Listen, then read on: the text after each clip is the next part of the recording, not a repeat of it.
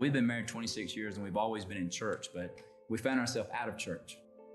Christmas Eve service, we came here to the Leeds Avenue location. We heard that night that the Somerville location had moved to Nexton. So we committed, and today, ecstatic that we did. We started attending the group and just felt so at home, completely fell in love with every person that attended that group. And after a few weeks and really getting comfortable and beginning to get intimate with the folks here in a small group and how open they were in sharing, it led me to share my health need. It was known at the time that Russ did need a kidney. So it was really great having Russ and Karen join the group. They were very willing to lay their life out there.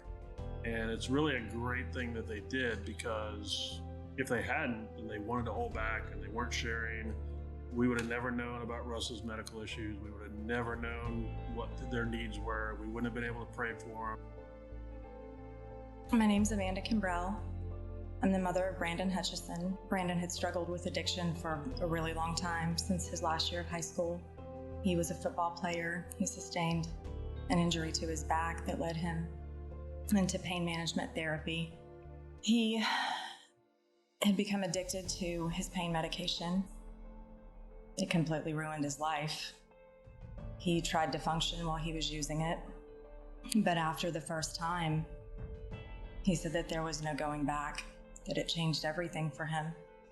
I had been praying over my son for a long time to let him kick that habit, to make his mind well again. And I wanted him to be well physically and mentally and emotionally. And it took me about a month to find a rehabilitation program for him. 2 months later, I got a phone call from him, and he told me that he was being baptized. And I was just convinced that he was going to come home healed. And after he was baptized, he started to accelerate throughout the program faster than anyone they'd ever seen. And I brought him home on February 1st of 2019. And the last time I saw him was on the 4th of July. I received a text message from his girlfriend asking if he was with me. I knew something was wrong. I called Trident Hospital first, and a doctor got on the phone and confirmed that my son had been admitted there and that he couldn't give me any further information. I knew the minute that I saw him that I was looking at my son's body, that Brandon was already gone. And even though Brandon's life, as I'd always known it, was ending at that time, I knew that there was a way for him to still continue to give life, even in his final days. I was intentionally putting distance between myself and my family and my friends, and they knew what I was doing because they'd known me long enough that they were familiar. But the people that I couldn't shut out, the ones that I could not put distance between, were the people in my church and myself. I couldn't create a gap large enough that they would stop making sure that I'm okay. And some days I was not.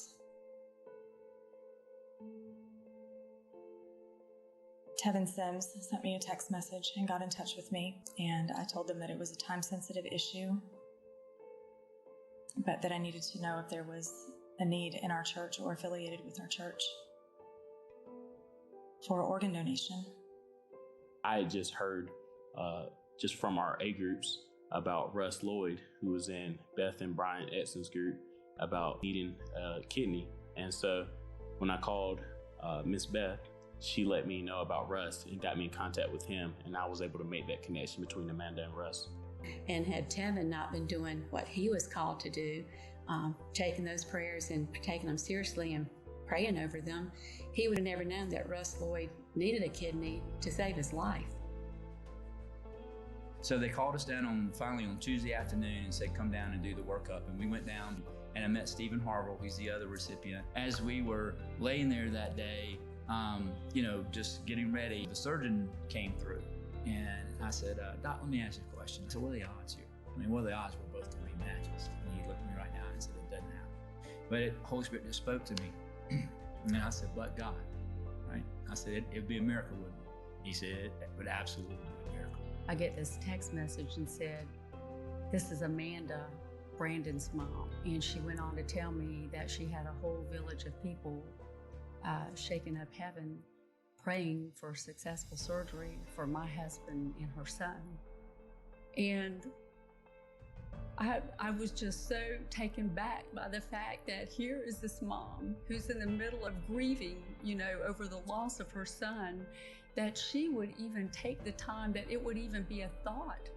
The fact that she would reach out to me to let me know that she was praying for us, it was so overwhelming. I really don't have words to let her know just how grateful we are for the selfless act of love that she has shown to us. For sure. No, there's no question about that, because I got a perfectly functioning kidney today.